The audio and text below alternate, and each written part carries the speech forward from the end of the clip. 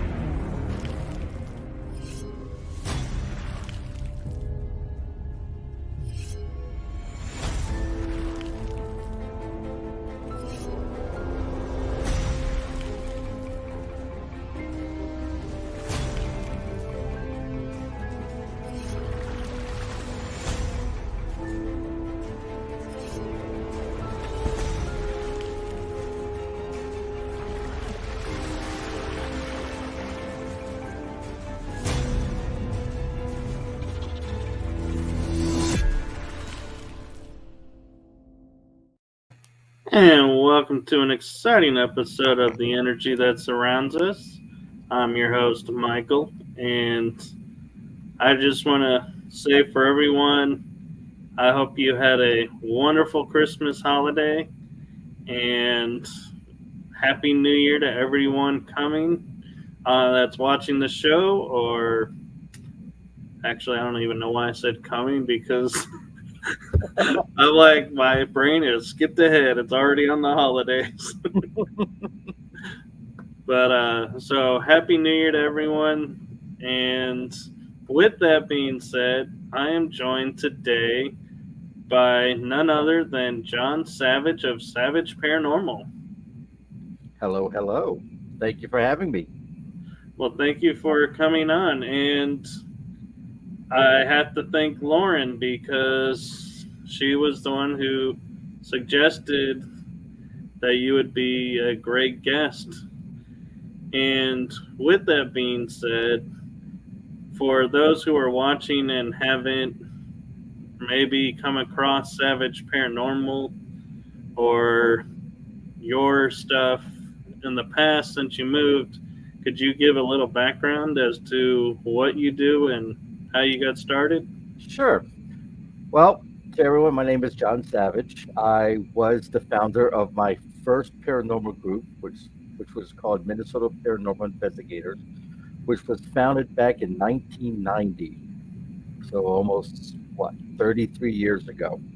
I basically investigated up in the Minnesota, Wisconsin, up in the Midwest.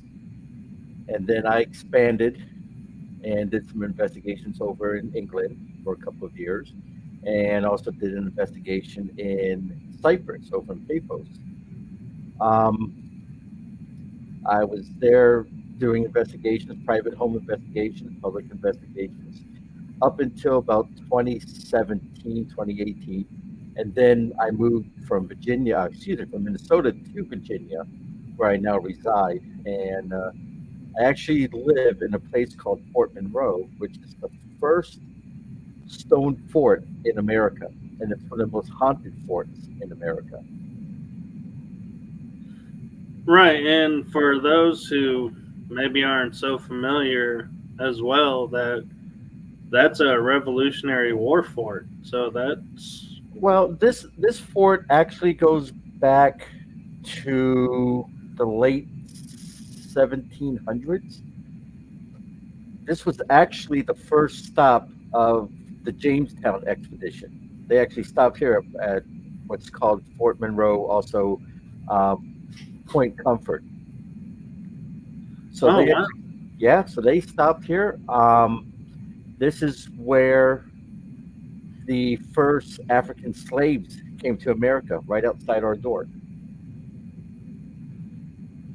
So So what that, kind of activity do you get there? well, we have over the 300 years of activity here. There's been three different forts on this site. We've got the classic lady in white that haunts inside the moat. We've got Revolutionary soldiers, Confederate Union, excuse me, Union soldiers walking around the ramparts. We've got the famous ghost of Lincoln because he was here at one time. We've got um, Confederate President Davis, who was in prison here. So he haunts and still roams the ramparts of the fort. We have slaves. Um, in fact, a couple of people actually seen what looks like images or spirits of slaves up and down the main road. And right outside my front door used to be the old contraband hospital. And that's where people like, for example, Harriet Tubman actually worked there as a nurse during the Civil War. So we, Now, was yes, that before or during her stint as the Underground Railroad conductor? this was before, and this is where she got, from what I've been told by the historians here, where the idea came from. And this was also one of the stops for the Underground Railroad. So there's a lot of history here to investigate. That that kind of, with it being so layered, do you find that the spirits talk in different languages, or do they talk in what we call English? Well, one of the things that I've encountered here, being a paranormal investigator and also a medium, there are different layers of spirit energy here. Some of them are aware of each other, other times they're not aware of other spirits here. Um, most of the spirits that I've communicated with here, both from a mediumship point of view standpoint and EVP, has been English and also in the form of an English language. Sometimes there's like a Highland accent to it, a British accent to it, also a very, I don't want to say black language, but you can tell they're not white just by the way they're speaking. And Right. those are kind of hard to understand, especially since they really didn't speak English properly like you would have back at that time. But we can understand what they're saying most of the time. So I'm curious, being the medium, and you say that the spirits are aware of each other. Have you ever encountered like a Revolutionary time soldier talking to a Union or Confederate soldier, or do they kind of stay to their time frames?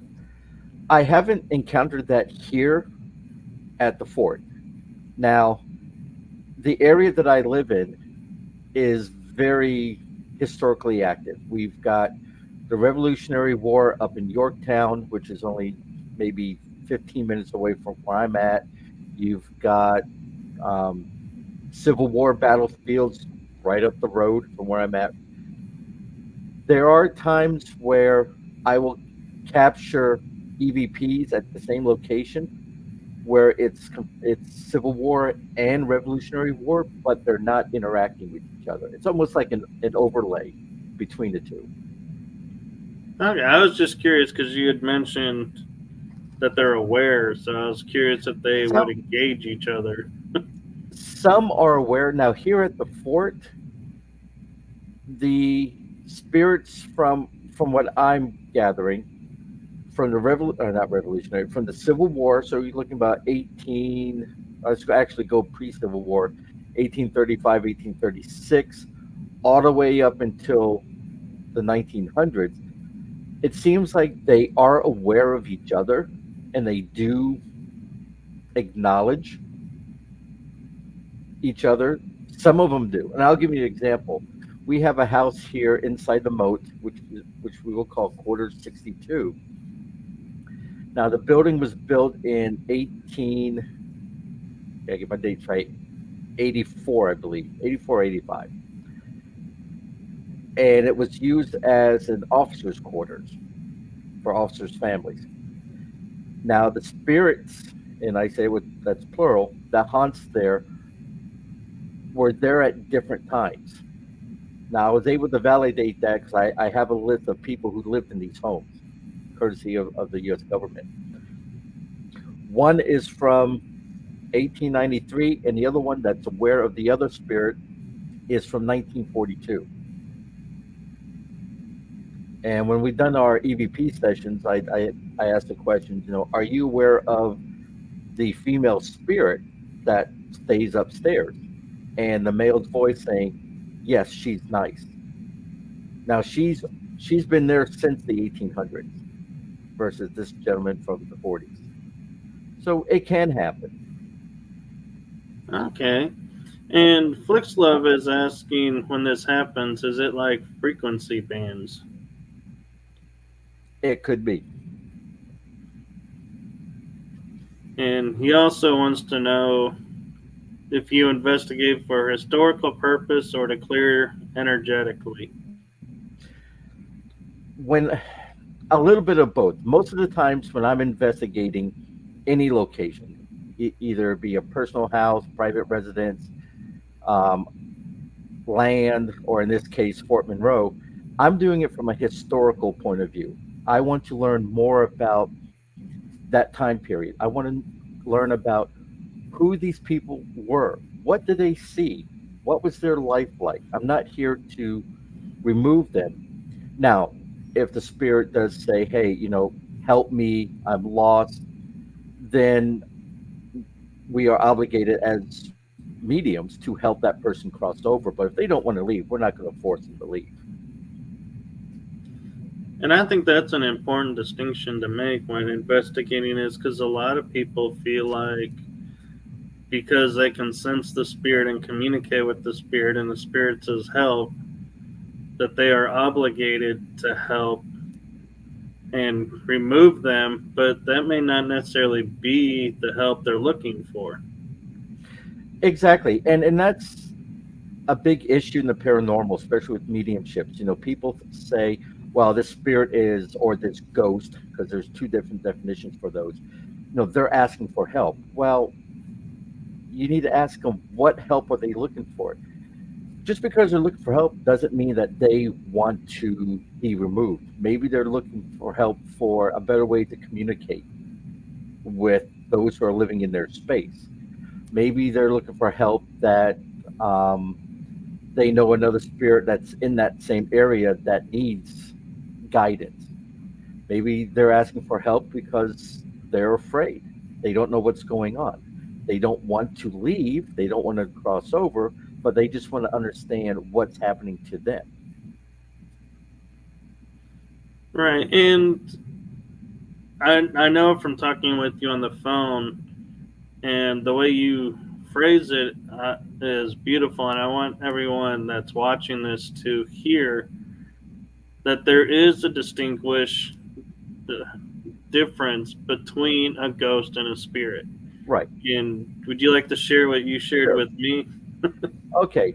So, in the realm of the paranormal, the words ghost and spirit are thrown around left and right.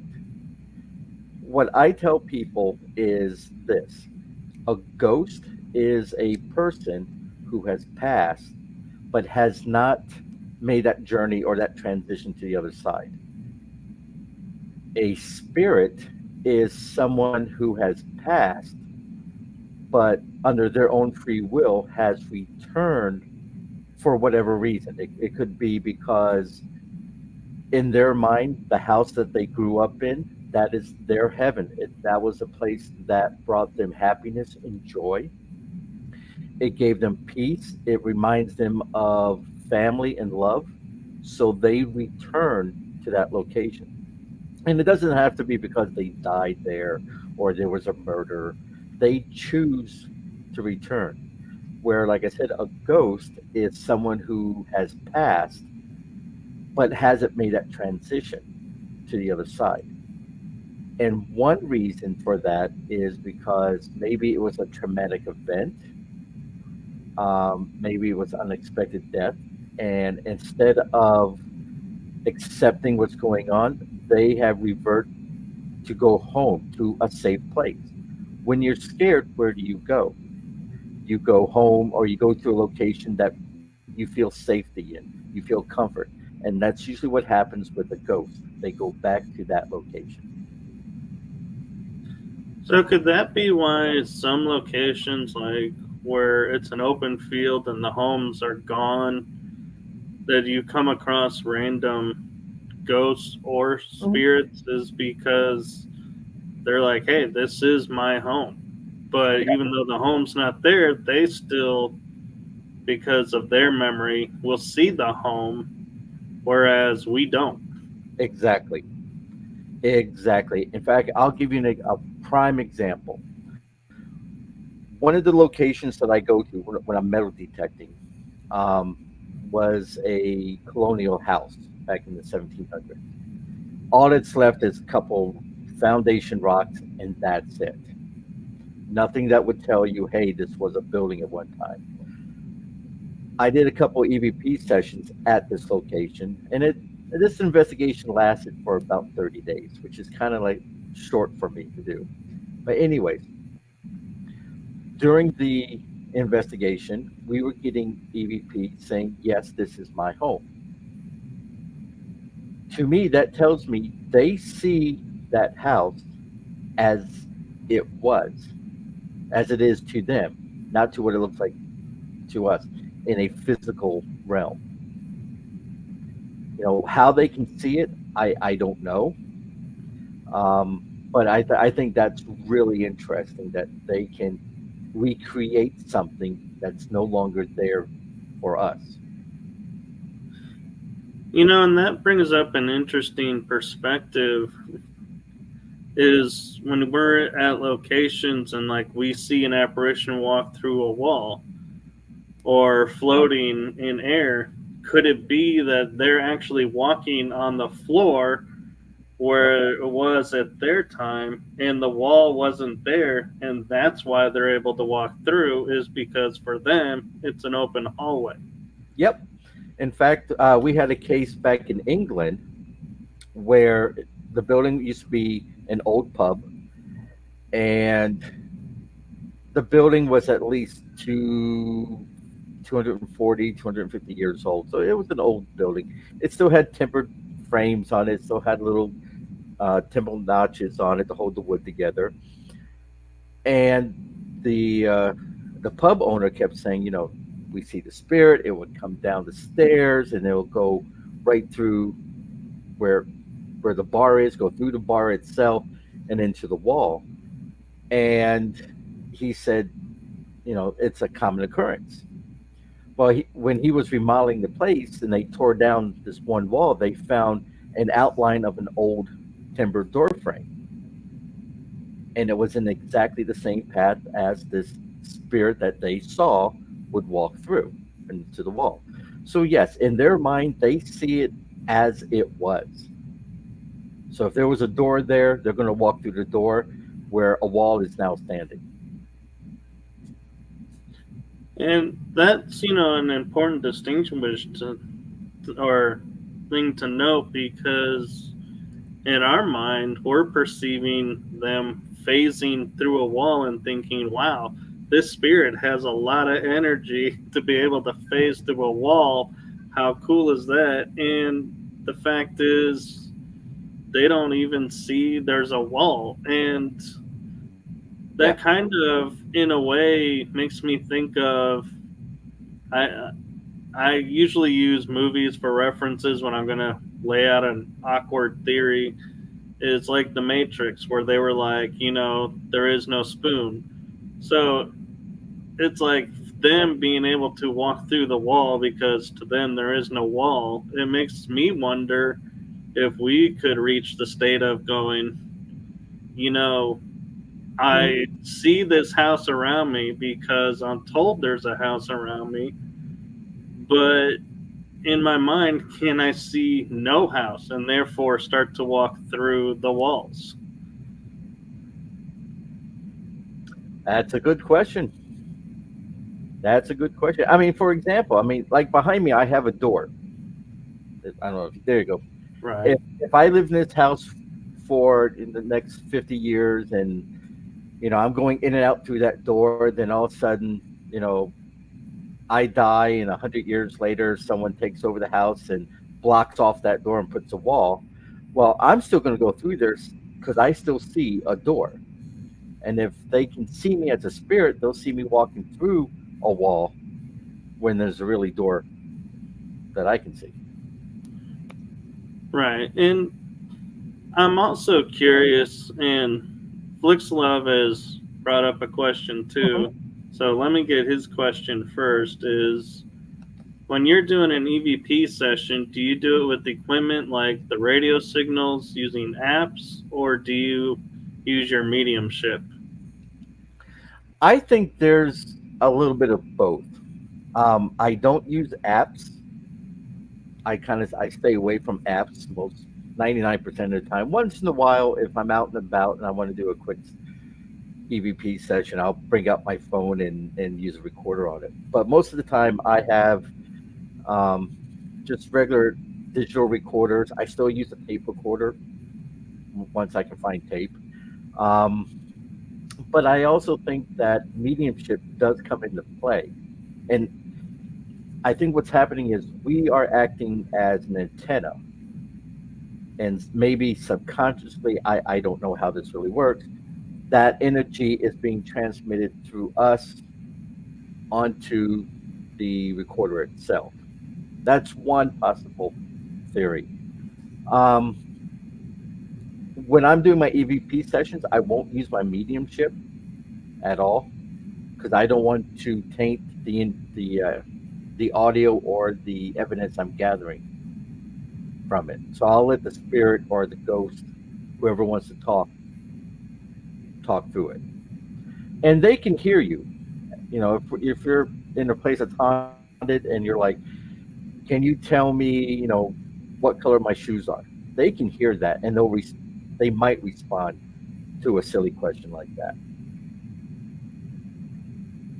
I would think they probably would be confused if somebody asked them that because they're so used to everyone always saying, "What's your name? Why are you here?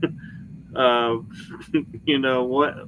what year is it? Who was president?" It's like, Yeah, I mean, some of the weirdest and most insane EVPs I've ever recorded was back in Minnesota. We were working on a case, and I think we were in our third year investigating this one location. And I think they just got tired of us asking the same questions. And I took out my digital recorder, did a session, played it back, and it sounded like gibberish. So I flipped the audio recording.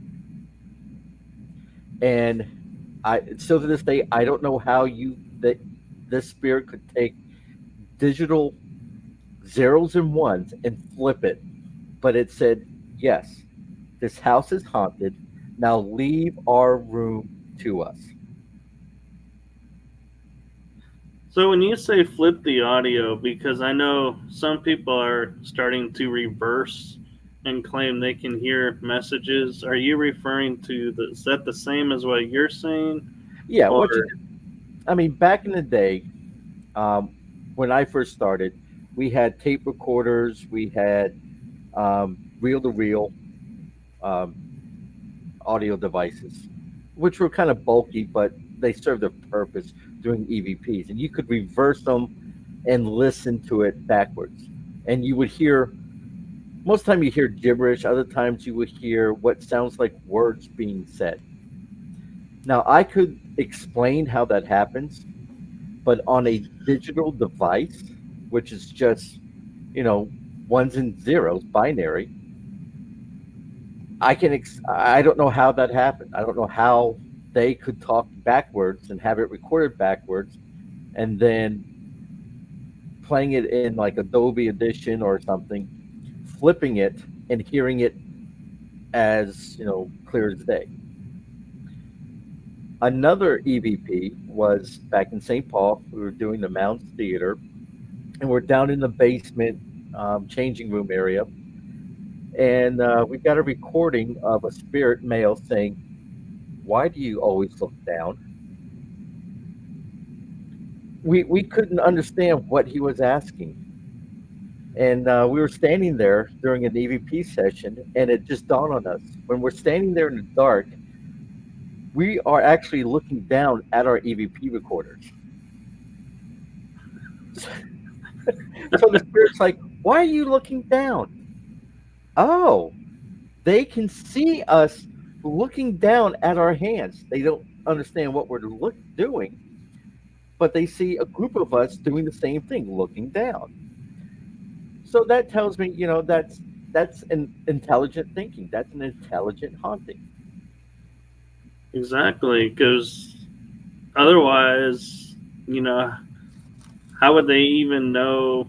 It's like, an example for me is I didn't realize how old the technology phrase was, but at a military base, I had in the middle of a cadence pause it.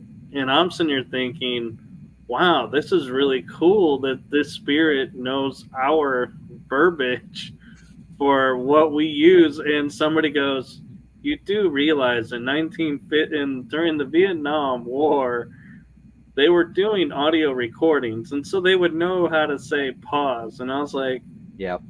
oh, yeah, that's true. Good point. I just didn't realize, it's like my mind didn't think, oh, audio recording. Yeah, they were Yeah. used back then. Yeah. And that's the thing that people don't understand when doing an investigation at a location is that, you know, the, s- the person that's haunting the location's been around for, it could be a couple of days, it could be a couple hundred years. We don't know. But over that time, you would think that they would start grasping what's happening in front of them. If they can see us and interact with us, I'm pretty sure they can understand, you know, some of the things that we're doing, like, pause or, why are you always looking down at that device? And I'm just throwing that in there for fun. Or, yes, this house is haunted. Now leave us alone. It's like, okay, we know what you guys are doing. We are aware of what you're trying to do, what you're trying to get from us. We're just going to tell you, yes, we are aware. So I think we need to give these spirits and ghosts more credit than we give them already. I think they're quite more intelligent than what we give them credit for. I would have to agree because everyone seems to think they're always locked in their time frame and only aware of their time frame and are learning nothing. And it's like, I never thought about it, but yeah, it's like they couldn't help but learn when everybody's coming through. And they may not know the lingo of what the equipment is, Right. but after a dozen teams come through it, they're all using the same equipment. I'm like you're saying, they might say, why are you looking at that you know pyramid device? And it's like, Yeah. wow, they know what we're looking at. Right. And also, especially with these pay to play locations, where they have groups of people coming in to do investigations. You would think over time they're going, hmm, people come in, they hold these weird things in their hands, they're talking to us, and they can hear us with these weird things. Maybe, over time they're going to go, I'm going to try harder for them to hear me. Or if I see a group of people and they bring out these, rectangle devices, I know that they can hear my voice, so I'm going to talk more. So I think over time they're able to comprehend what is happening. Now it's not always the case, but I think more times than not they're learning just as we're learning to communicate with the other side, both with technology and also with mediumship. Yeah, and a further evidence of that could be is like you're saying, when you're investigating and they see you holding it, they're going to go, okay, this is questions. And when they set it down and walk away from it, leaving it on, they know this is my chance to tell my story. And that's why some investigators at some locations may get a story when they leave their recorder and being like, oh my Yeah, gosh, because they know, yeah, this person left this for me to talk, so I'm going to talk, and, you know, we'll I mean, see. I'll give you another example. We had another case back in Minnesota where we were doing EVP session, and we always say, this is our last question for the evening. If there's anything you want to tell us or anything you want to say, you know, now's the time to do so. We're going to set the item down and we're just going to walk away. And you can have your piece at your own leisure on your own time frame. We walk, oh, and we also say, we're going to do this for the next minute or so. So we leave the room, we came back in within a minute. We announce ourselves so we know what's happening on the auto recording that people are coming into the room. And as we're turning it off, you hear a man's voice saying, wait a minute, I'm not done. I mean, it was like really quick. We had to slow it down, but it said, wait a minute, I'm not done. So they that spirit knew what we were trying to do, and it was trying to communicate with us with a message. We never heard what it said because we listened to it after we left the location, unfortunately. You know, that also raises a good point of, they come from an age of where manners are really big. Yeah. And I'd like to think we have some today, but, everybody will talk over everybody, and excitement with doing EVPs sessions sometimes. But I wonder if a spirit is like telling something, but we don't know it because we can't see, there's something coming in on the recorder, and walk in the room and start talking. And they're like, how rude. You're talking over me. Well, and that's one thing that we do when we're doing an investigation is, especially if we do a lockdown where we have certain rooms closed off, we have our EPPs running, we have our mail meters running, we have our sensors running. When we walk into the room, we knock on the door, out of politeness. We announce ourselves saying, hey, my name's John, I'm coming back in. I'm sorry if I disturbed you. I'm just going to turn off some of these equipment. We turn it off. We say, thank you. Sorry to bother you. And then we move on.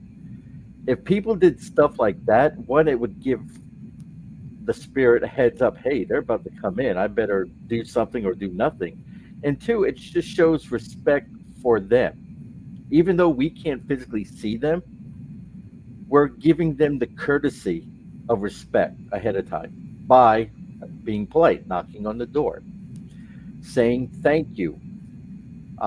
If you're setting up equipment, especially if it's in a private house, just say, hey, I'm going to move this item here if that's okay with you.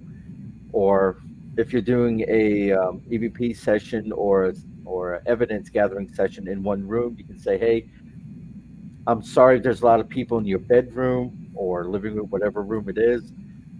Please indulge us for a few minutes, and we'll be out of your way."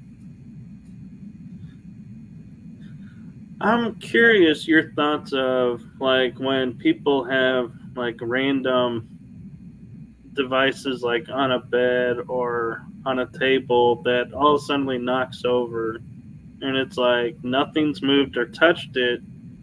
If you feel like that could be like the spirit saying, "Hey, you didn't ask me if you could put this here," or could it be that it's in their walkway and they actually have enough energy that the device picked up and was knocked over by them just walking by? That could be a possibility. Also, think of it as, maybe they're trying to make themselves known. Now, to move an object, a physical object from the spirit world to our world, takes a lot of energy. And maybe let's just say there's a REM pod on the bed, okay, and they want to move it. It's not that they're mad because it's on the bed. They know that we're looking at it, and they're going to do something to show that they are there. Now, to us, we might say, "Hey, boy, that was kind of violent." No, they're just doing something that they can move in the environment to show and acknowledge, "Yes, I'm here. Please continue to acknowledge my existence." And, Right. and oh, go ahead. Oh, go ahead. I can.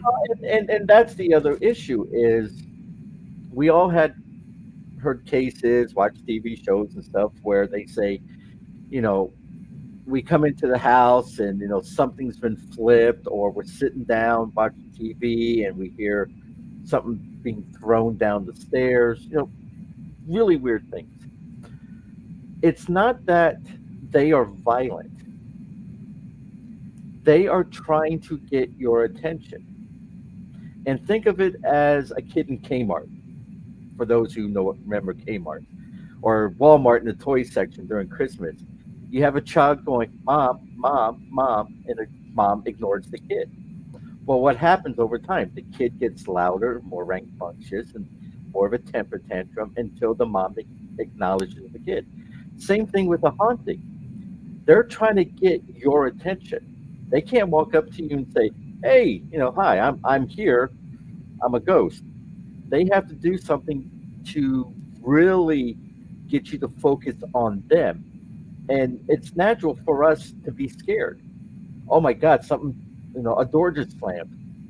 You would think of that as something, either demonic, which I hate that word, or something bad, or someone that's angry. No, they're like a kid trying to get your attention. They want the acknowledgement of their presence in that environment.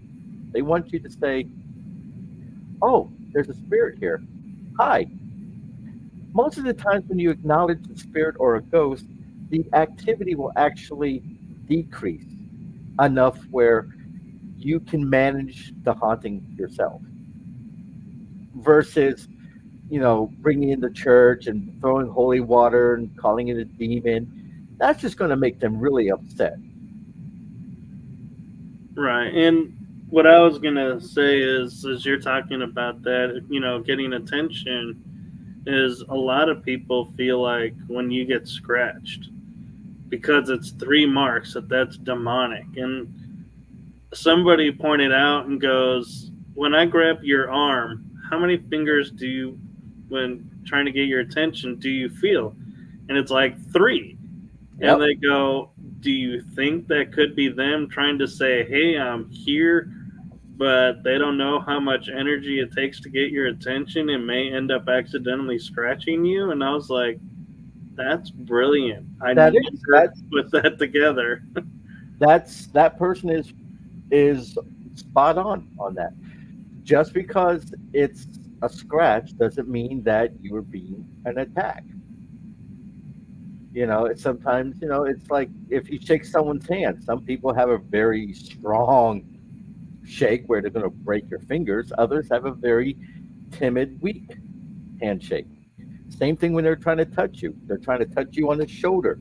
They're trying to touch you on the back. Especially if they're standing behind you, they're going, hey, hey, hello.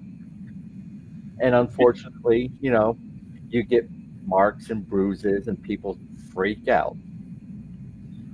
Yeah, I remember the first time that I had the experience of like somebody trying to get my attention was I was at this kind of like 2 bedroom old hospital near where I Mhm. live. Well, I say near, it's probably like 5, 6 hours away. But when I was standing in the doorway of the ancient part of the house, I felt a tug at the back of my shirt, like somebody pulled it and let it go. And I was like, I remember feeling like a chill going up my back and going, what has the energy to pull my shirt back and pluck it like that? But what a way to get my attention, because that's not something to easily shrug off like, oh, somebody bumped me. Mhm. And the two ladies I was with were sitting on the other side of the room in a chair, of all things. And so I was like, there was nobody else in there. And I was like, yeah. And it's like, I remember standing there frozen and being like, something just plucked my shirt. And they're like, what do you mean? I was like, something just literally pulled the back of my shirt Yep. and kind of snapped it. And they're like, really? I'm like, yeah. And just like sitting there thinking, I didn't even think to like start talking to it. It was like my mind was like, okay, I got to wrap my head around who would think to pull my shirt as a mechanism to say, hi, how are you? Yeah. I mean, there's so much that we don't understand about the paranormal, about the supernatural in general. We don't understand how they can affect the physical environment. Um, I mean, I had a house which I bought back in Minnesota before I moved. We knew it was haunted. The house sat empty for about 4 years, and the first day we went to tour the house, I felt someone tugging on the back of my shirt, and I went to go grab my wallet, thinking, "Oh my God, my wallet fell out." And my wife and I were walking around, and we could sense the energy in the house. Just really, it was just really wonky.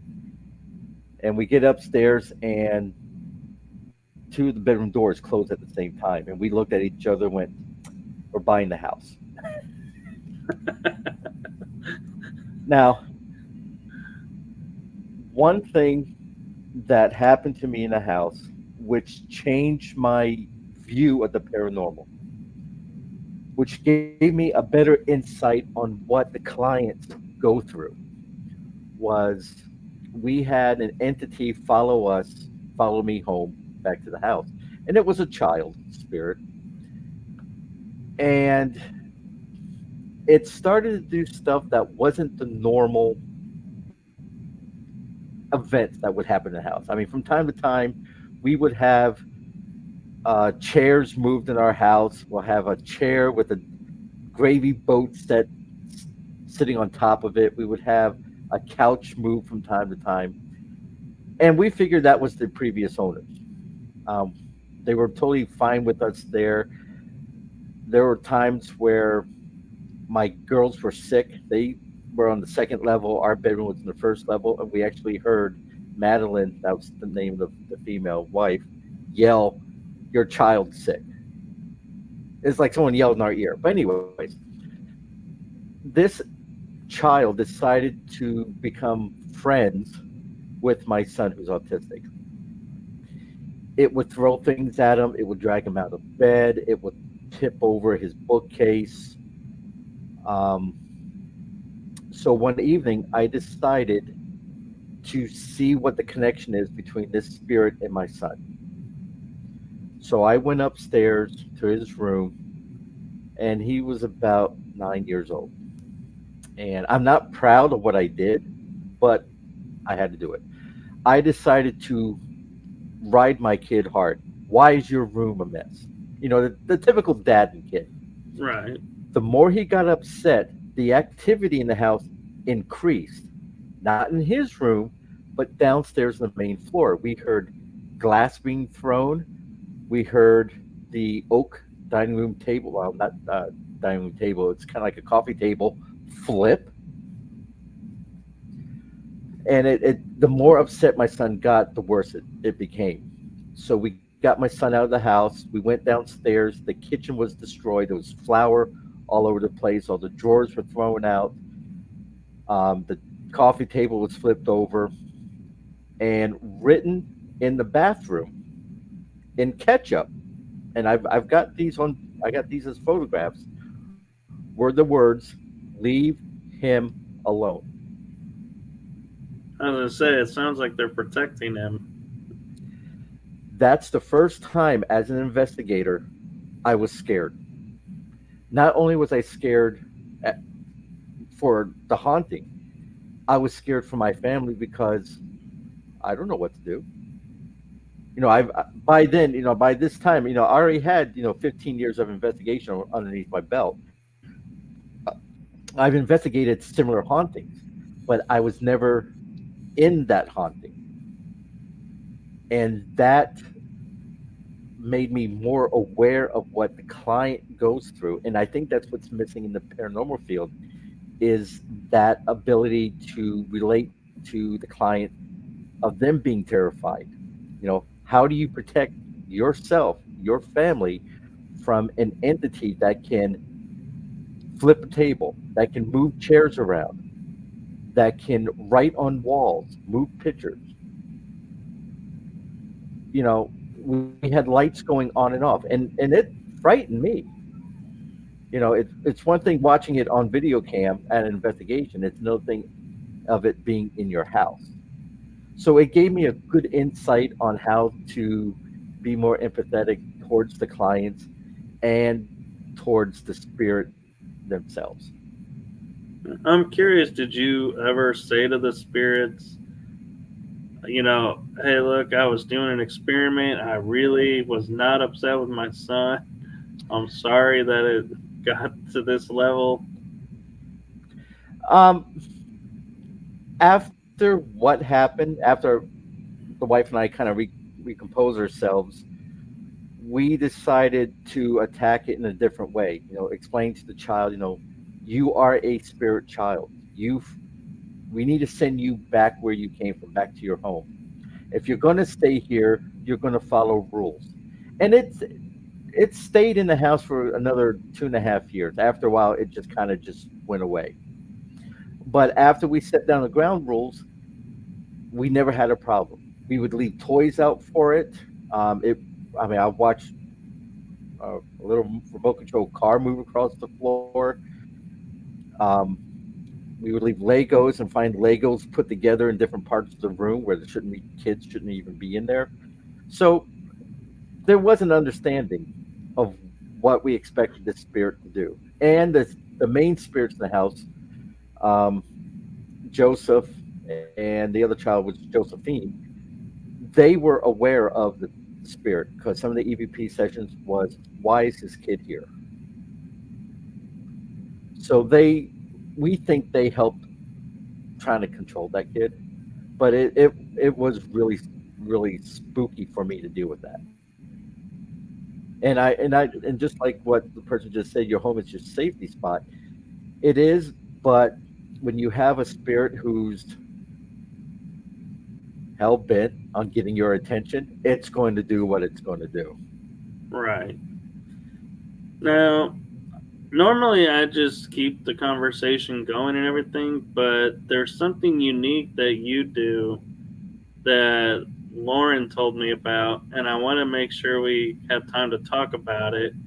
And that is when you metal detect, you do EVP sessions at the same time, almost like paranormal investigating. And so I'm curious, do you think that helps keep the history alive and they lead you to the finds that they want you to find? Well, here's the thing with the paranormal. You know, you have to have a love of history.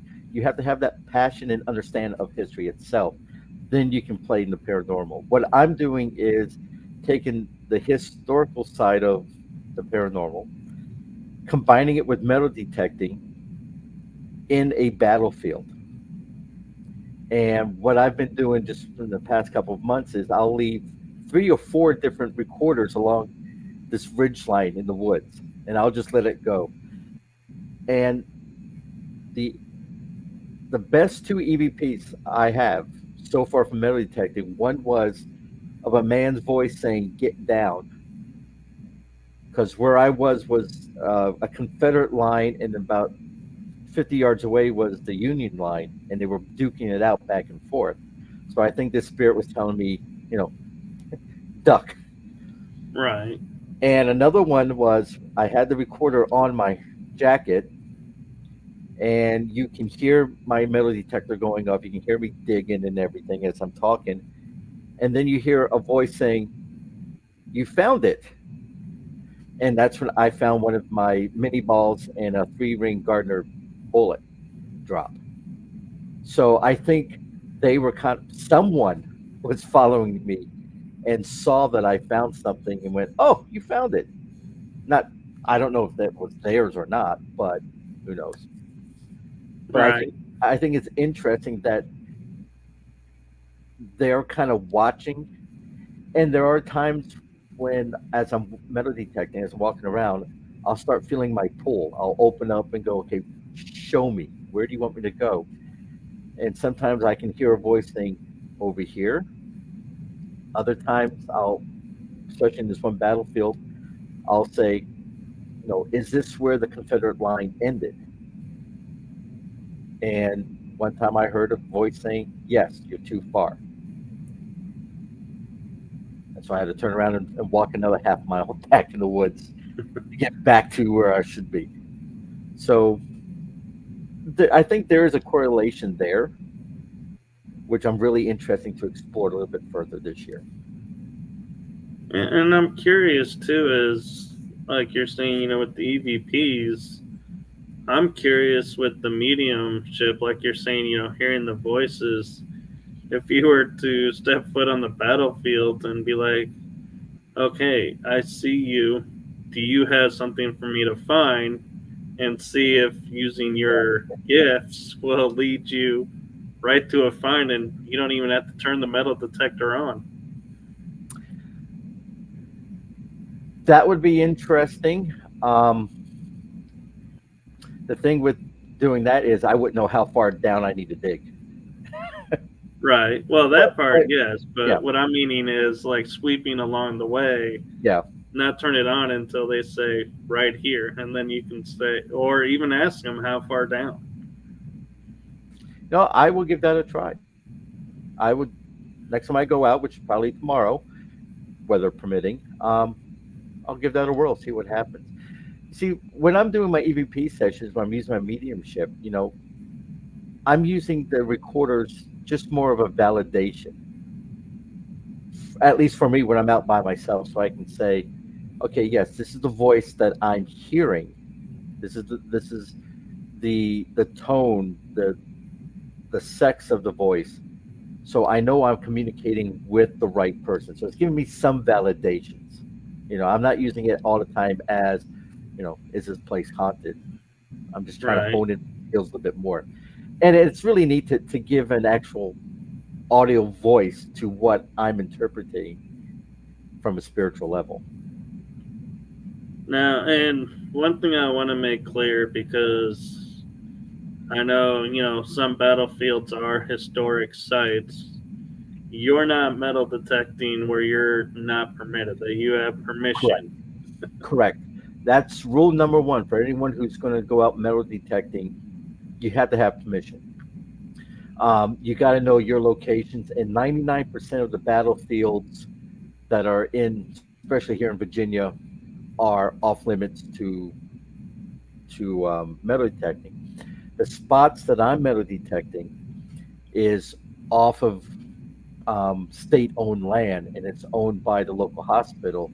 And after about 3 months of trying to get verbal and written permission, I finally got permission to metal detect on this little plot of land, and it's about 120 acres. That's a pretty good big size area. Yeah, it's a big size area. Not all of it's battlefield. Um, there's like a pond. There's some old homes that used to be back there, back in the 1800s. Um, so yeah, yeah, Do yeah. you You're ever not. metal detect around the old homes and you like, hey, I've done enough looking at the battlefield for this week. Let's go check out the old homes and see what's Oh over there. yeah, I'm always out and about. If I'm driving and I see an old house, first thing I do is pull over, take a picture of it, and then I'll open up psychically to see if there's anything or anyone there. And then, if I feel a presence, I'll start communicating and see if it's really worth my time to check it out further. Sometimes it works out. Sometimes, I'll contact the owner and they're like, yeah, no.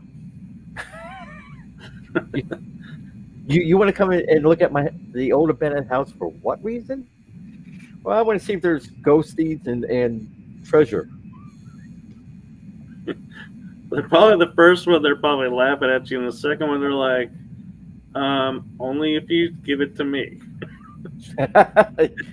Most of the time, they're like, have at it.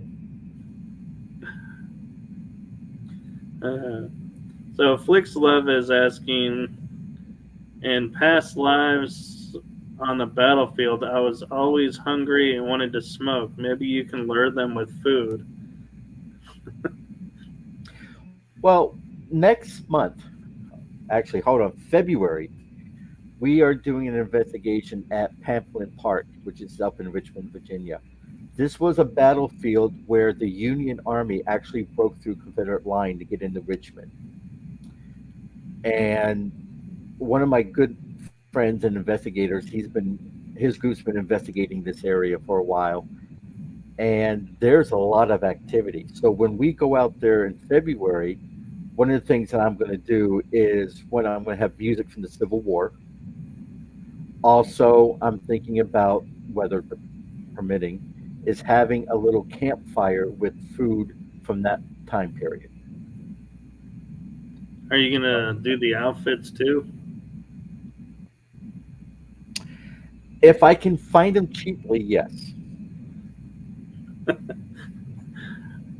I like how you put cheaply on there. It's like, yeah, because you can find them, but Well, cost wise, yeah, that's another story. I mean, I mean, I'm lucky enough that my wife is British, so I actually have a British red coat jacket, Oh wow. and it fits kind of snug on me. I could lose a couple inches to wear it, but we did we did an investigation over in Gloucester, Virginia, at an old halfway house, which was used during the Revolutionary War, and the history of this house is it was a meeting place for the citizen soldiers who were going to go fight the British. So my wife went in, no issues. A couple other investigators went in, set up their stuff. They're doing recordings. They're getting some EVPs. I walk in with my red coat on and said, "Hail King George! God bless the King." Three of the four EMF meters went off. Two REM pods went off, and we got one EVP that says, "Get him out." So I think reenactment is a key part of an investigation, especially if you want to stir the pot just a little. Right. And an important thing to note is, like being a history major, we study the major battles.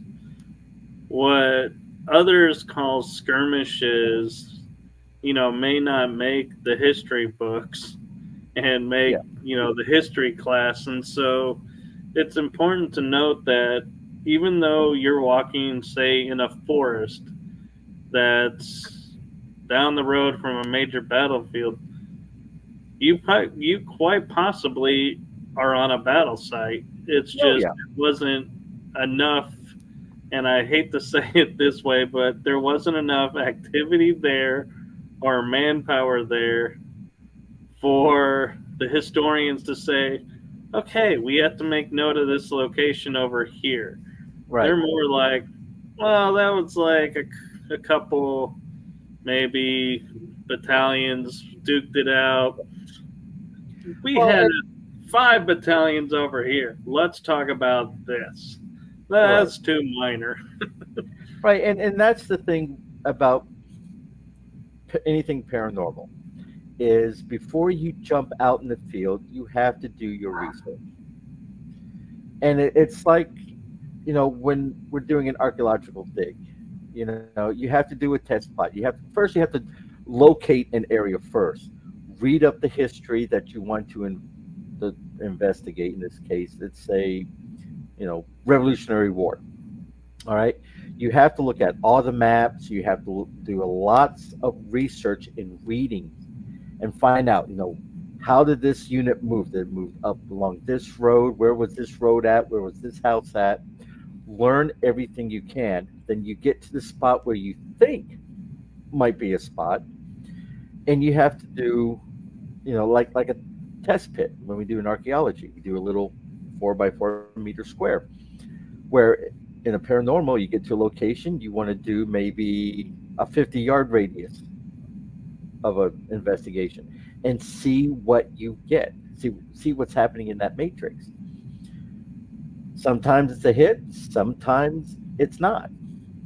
But you have to understand the history of what you're doing. You have to really research. Just don't walk in all willy nilly holding an EVP going, "Can you hear me?"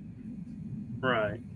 You're doing yourself a disservice. You're doing the spirit a disservice, and you're not really learning anything. You're not really embracing the historical values that you can get from that location. Right. And another thing to note is, you know, Hollywood and movies are not always the best tools to use. So, However, for the example I'm about to say, one movie truly is the best example, and that was The Patriot with Mel Gibson. Because you see them on roads, or as the king would call it, the King's Highway, mhm, where they stop them at an intersection, open fire, steal what they needed, run off, and that to the swamp fox yep, was an engagement. That was a battle. Now to the king's soldiers, that was like, yeah, they harassed our lines, but I would think that leaves as much of a mark potentially as the battle because gunfire was exchanged, people potentially died, and we don't think about those. And I'm sure that happened in the Civil War as well, where harassing the lines and supply lines, and people don't keep track of those. exactly. And that's the other thing with investigating, haunted locations that are like Civil War, Revolutionary War, World War I, II, whatever, it doesn't matter, is you have to go in with respect right off the bat. You have to ask your questions carefully. Choose your questions carefully. Don't say things, well, do you know how you died? That's a dumb one. Or do you know you're dead? Well, obviously they know they're dead. You know, you don't want to ask them, something that's traumatic. You know, you when I ask questions, I'll say things like, Can you tell me about your family? Did you have a wife and children? I want to know the personal story of the spirit that I'm communicating with. I don't want to hear about, oh, I was, shot with a, you know, round ball, or, I had shrapnel that was from a cannon. We don't want to traumatize the spirit. We don't want to upset them. We want them to communicate with us. So let's ask them appropriate, responsible questions that we can get a piece of their history and talk about it. And that makes a great point because it's like when we think about ourselves, like, I know it's not the same level, but say you just stubbed your toe and somebody comes up to you and says, "Why did you do that?" It's an irritating question because you're like, I didn't do this on purpose. Exactly. And so the spirit who, was killed or died in battle or maybe died of unknown reasons, Right. they don't know what caused it and why. And so they're like, yeah, I think it would be equally upsetting to go, really, because I plan on stepping in front of that bullet, Yeah. I mean, I this. I mean, I've heard investigators. Well, let me rephrase this. I've heard wannabes. Unfortunately, there's a whole bunch out there in social media who will ask questions like, "Well, what did it feel like to get shot? Um, what was your last thoughts as you were laying, bleeding on the ground?" Those are inappropriate questions. Yes, there is a morbid, curiosity, but that's not the time to ask questions like that. You know, and unfortunately, shows like Ghost Adventures. God, I hate that show. And similar programs, they all do that. They all focus on things that you should never ask. Right, because I mean that'd be like going up to Lincoln and going, "Well, what was it like losing, being shot from behind and having your head, Blown off. potentially damaged?" Or JFK going, "How did it feel having your skull split? Was it from the front or back?" Yeah, Like, I mean, like he's gonna sit there and go, "Well, let me replay the video in my mind and go, I remember lunging forward, so it must have came from behind." yeah. It's like, Or them saying, "Oh, it was fine. I got a nice little cool breeze behind my head now." Unfortunately, a lot of people when they're watching TV shows and social media and stuff, they see that and they think that's the correct way of doing an investigation, which is not. right. And personally, it's like I know you used the term lockdown, but we had talked about this on the phone that Yeah.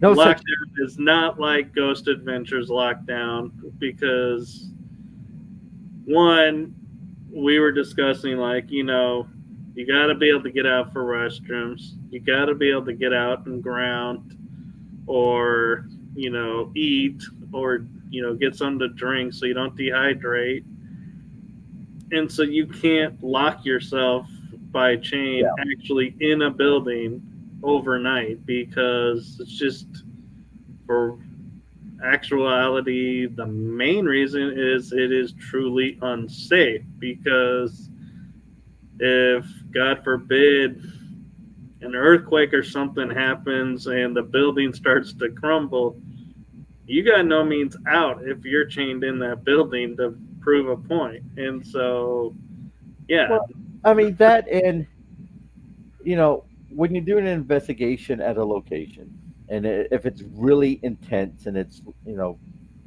you're in hour 6, 7 of the investigation itself, you need to leave that spot. One, to get a breath of fresh air. Two, if something is going on and it's really active, okay, maybe someone's being affected negatively by the spirit or whatever, you want to remove that person from that location.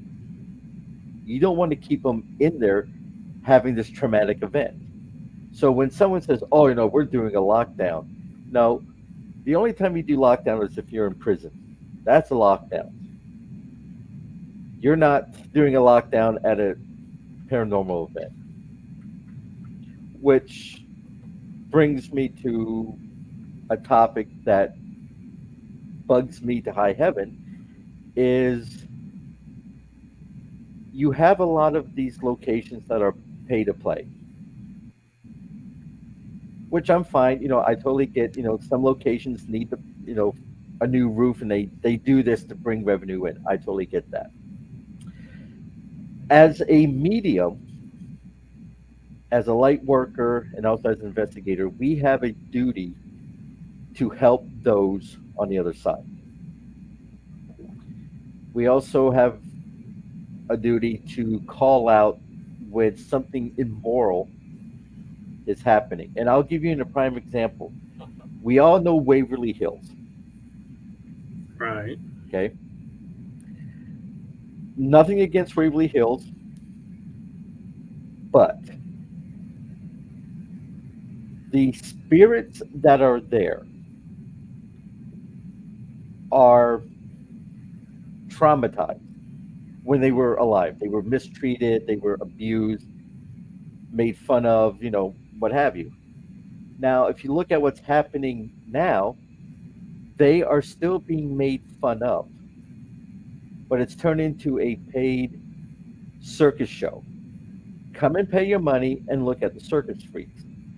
What people don't realize is these souls are someone's mother, father, brother, sister. You know, Mm.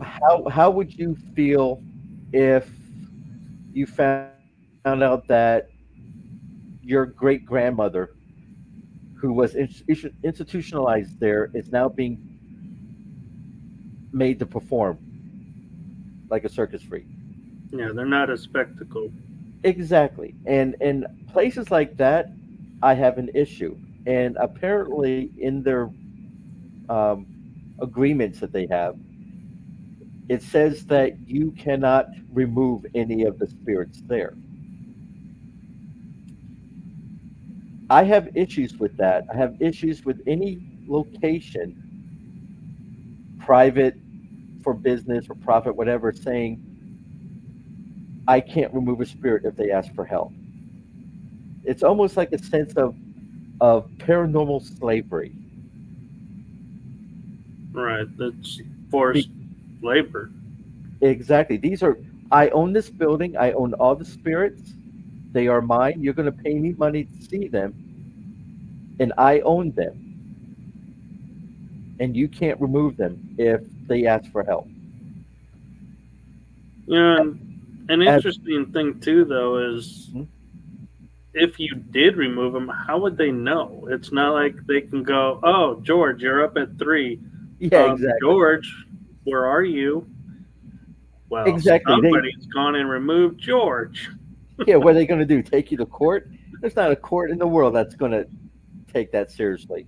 But I mean, and you're right. They will never know. But it's the human intent that's out there. I own you. And they can probably sense that. So they're not really getting any peace or closure for their tormented lives. And that goes for hospitals, for, if there's a family that houses haunt. In fact, we had a couple cases like this before where the owners didn't want the spirits to leave, but the spirits wanted to move.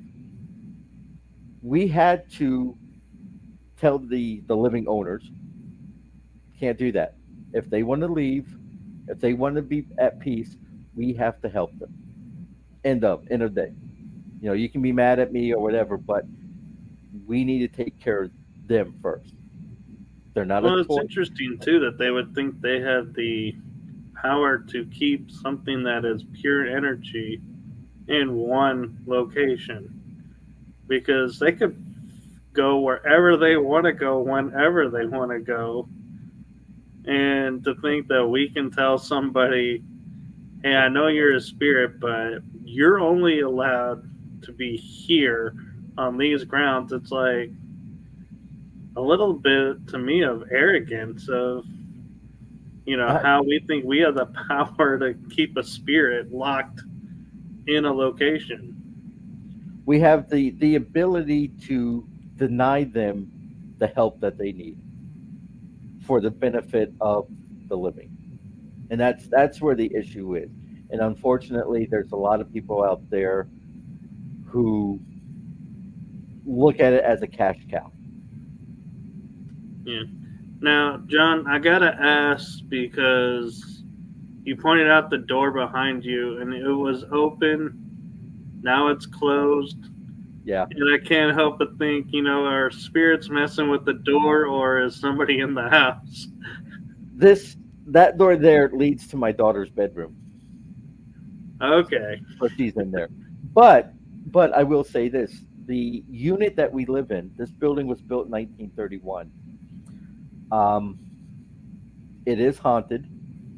I actually found in the archives here at Fort Monroe a ghost story related to my unit that we live in. And we'll see shadows up and down the main hallway. Um, Sometimes the ceiling fan here, with the power off, would start spinning by itself. So you once in a while you'll see something, and we just kind of go, eh. If you want to impress me, I've got dishes in the sink. You know,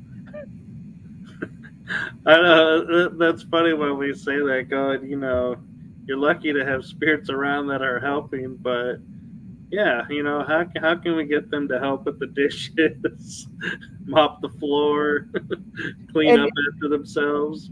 and that's one of the things that I tell clients when they're really scared. Oh my God, my house is haunted because they're freaking out. And I break it down to the sense where, just like you were just laughing about it. It's like, think about it.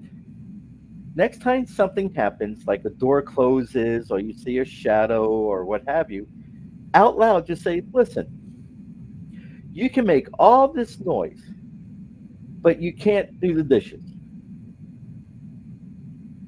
You want to impress me that you are here? Put the dishwasher on. Turn off the light. Well, not turn off the light. You know, my light started flash. I don't know if you can see my light flashing on and off Yeah, here. I can see it kind of blinking a little bit on the wall. All right. Make yourself useful. Take out the trash. Do something that would help me out, and then I will believe that you're here.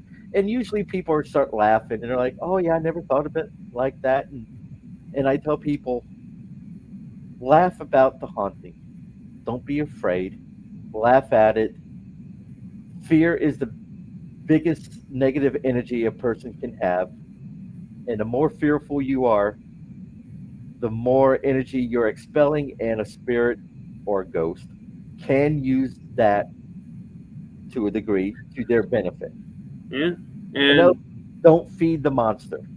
right, and with you being on like you were saying Fort Monroe, it's kind of like my mind was laughing, and as we're saying jobs they could do is go, hey, if someone's breaking in, feel free to repel the invader and earn your keep, be a better security system than what we have, and be like, feel free to torment the person breaking into the house.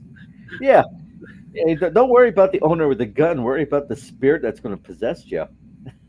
Yeah, and yeah, and I mean, a way you could laugh about it is if someone's like jiggling the door and going, "Hey, George, you still got that P rifle that you used back in the day?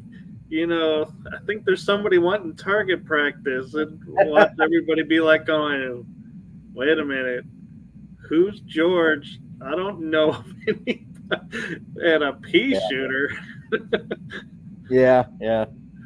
I mean, like I said, the paranormal is a great thing. I've learned a lot from it. Um, the downside of the paranormal is you understand that your time on this plane is limited. And you do see the sadness, at least from a mediumship point of view. You can hear it, you can feel it, of some of the spirits having regrets. And, over time in doing this, you kind of start looking at your own life going, you know, I can understand why that spirit was upset because XYZ. Or they wasted their life doing one thing and they regret it at a certain age when they die. And then you realize, wait a minute, I'm at that age now. And you start looking back and thinking, I can understand why that spirit was upset. The woulda, coulda, shoulda. Right. And it's kind of funny too when we think about spirits because, like, historically, we think, oh, everybody during, like, say, revolutionary times, they were lucky to make 40 or 50.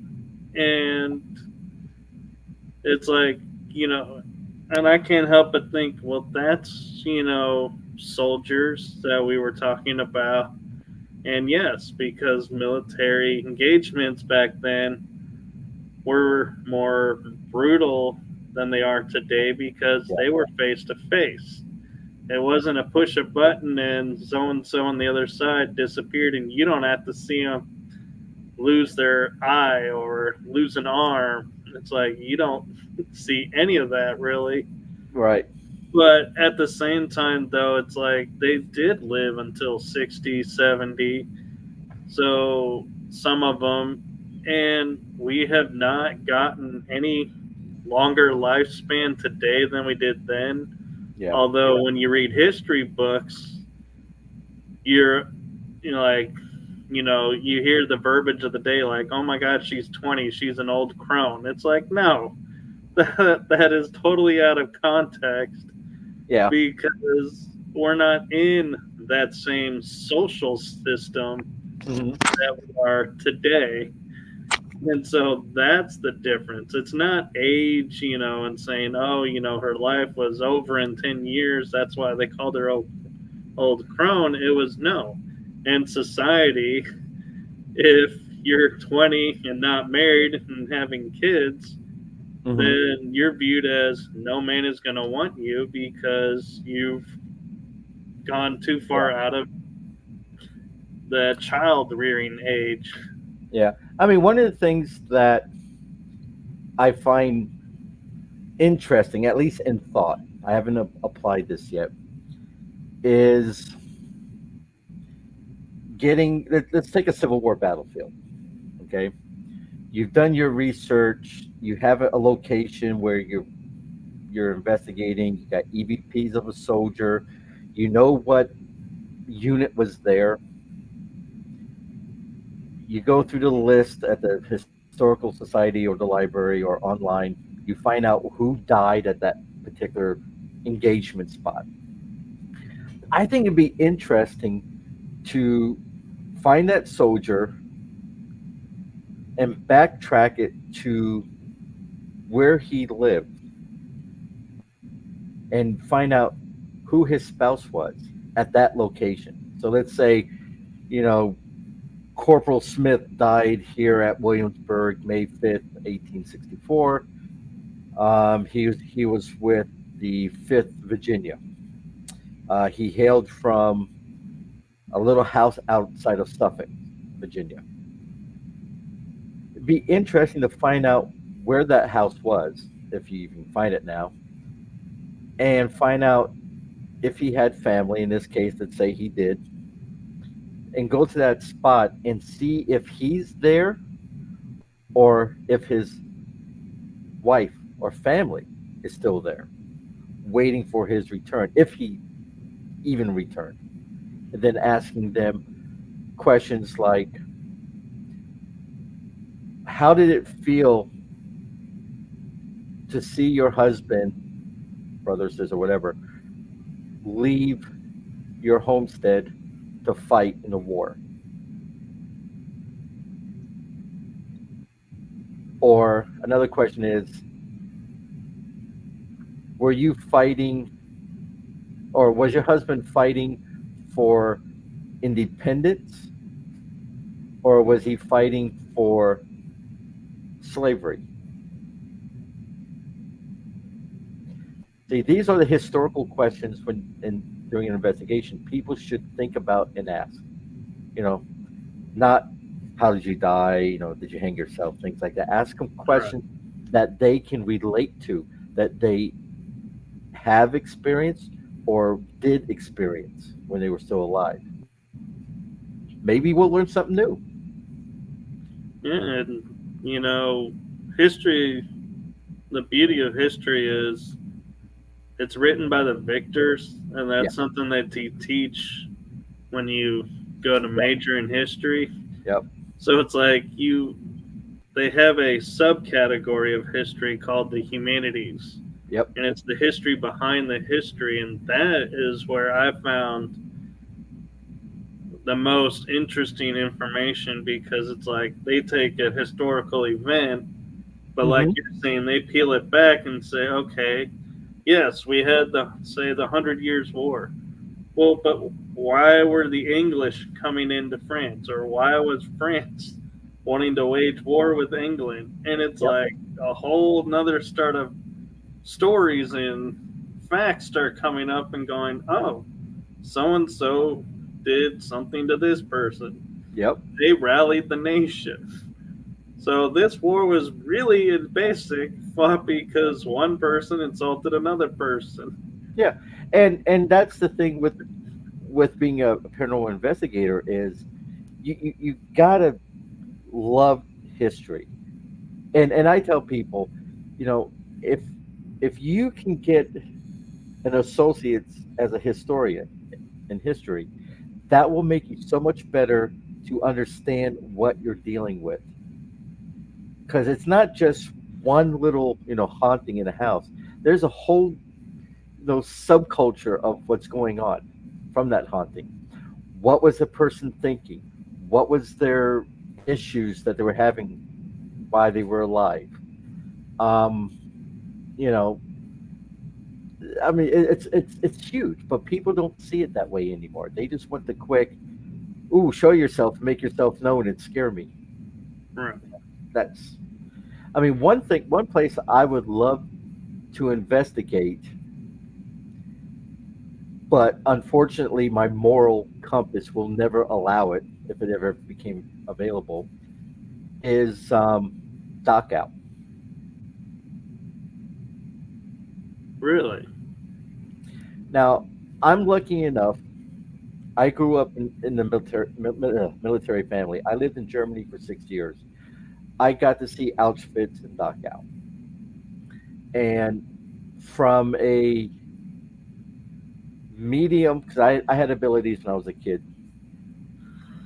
it was it was horrible. I mean, I can't describe the sorrow, the depression, the fear, the hopelessness. I mean, it's bad. Now, saying that, it would be interesting to see one, if they're both locations are haunted, and two, can you imagine the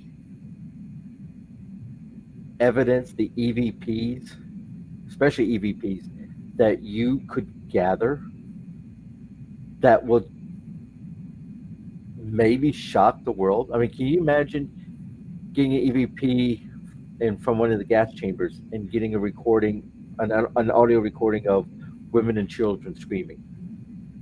That would put a whole new light on what happened.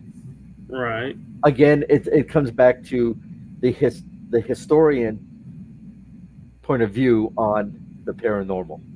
You're reliving history. You're expanding history. Right. And another part too, though, that people don't think about is Nazis were drafted just like Yeah, Americans were drafted. So you may have a guard there that was sympathetic to yeah, them. Get an EVP of them that says, I tried to help. yeah. And it paints another picture too, because everybody condemns the guards Yeah. as being Nazis and they did these war crimes. And it's like, they were people too. Yes, Yeah. there were probably guards that were like, yeah, I had great fun, you know, Torturing and killing. you Yeah. know, target practicing on them. Right. And you'll have other guards that were like, this, I went home sick every day and I Yeah. don't know, I can't get this out of my head. And, they may end up taking their lives shortly after the war was over. And it's like nobody wants to hear that part because it's like they didn't they caused the suffering. It's like, no, they probably were suffering just as much, Yeah. but nobody wants to hear that because it goes against what history says of, yes, these people did this. It's like, no, Right. this organization did it, not people. Right. And that's the thing. I try to tell people the paranormal that we have an opportunity to help tell the story of the past. The whole thing, dead men tells no tales, unless you have an EVP recorder, and they're going to tell you a lot of tales. I like that. I had to write that one down. I know, that's a good one. Good one. Um, you know, I think we can do a lot of good in that department. Unfortunately, again, with social media, with YouTube and TikTok and everything else, you got a lot this new younger generation who half the time is just faking the evidence anyways, but they're doing it in the wrong way. They're doing it for clicks and likes and not for the passion and the historical view. Right. And it's like the motto of my paranormal group. We give the past a voice in the future, and that's what we do. And that's beautiful. And yeah, and I will say though, as serious as investigating is, there is, those moments where you have to laugh and have fun with it. And along those lines, Hugh Laurie with Saturday Night Live Yeah. did a skit where he was a medium and making fun of paranormal investigations. And he goes into this room, and all these, and he's like, I'm the psychic, and he's like, there's a spirit here, I feel the spirit, and then he farts. It goes, oh wait, we need to go to the next room. And all the investigators like, oh my god, I caught this on the FLIR, look at this, there's a spirit coming out. And another one goes, it smells foul in here, there must be a demon in the room. And then he turns around and goes, I farted, okay? I farted. Can we I please move on? And then there's a voice at the end that comes in, and it's like it really was haunted. But One of my old members of my paranormal group back in Minnesota.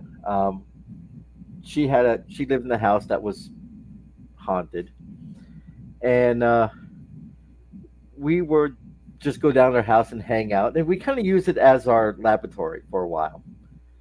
And so we decided to do a night called "Questions we will never ask during an open investigation." So one of the questions was during the EVP session to the spirit, "Can you fart?"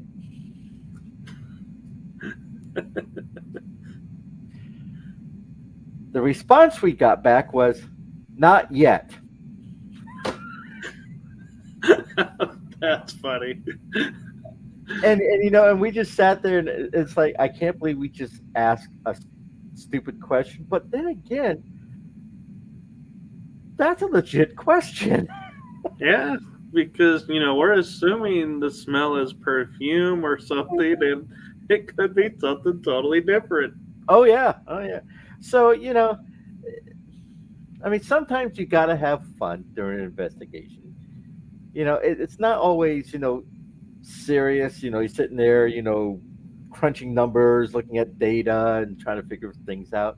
You're you're you're having a little fun with the spirit, and hopefully they see that and they can do the same with you.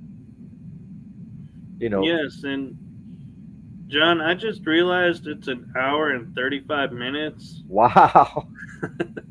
It's been so great talking with you. Where can people find you if they're in the Virginia area and want to investigate or ask you questions? You can find me on Facebook. If you go Savage Paranormal on Facebook, you'll find me. If you go to TikTok and type in Savage Paranormal, you can find me there too. Or you can email me at savagef as in Francis John at gmail.com. Awesome. Well, we'll have to get you back on because I Yeah, feel like thank there's you. so many more stories to share. Oh, I could tell you a whole bunch. As Lauren would say, it's Uncle John story time.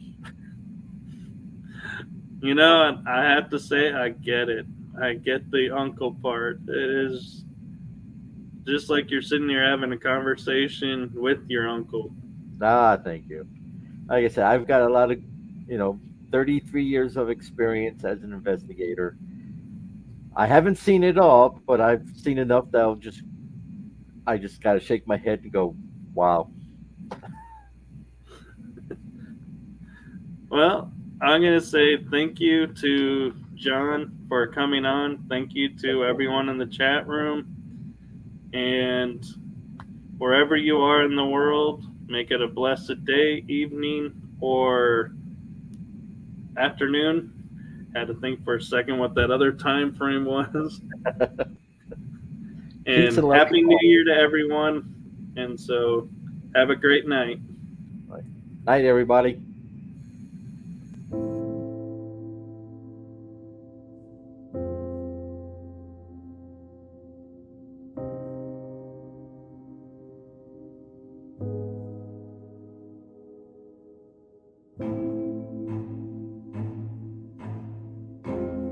You have just listened to the energy that surrounds us with your host, Michael Kopf. Be sure to tune in next week for our next episode.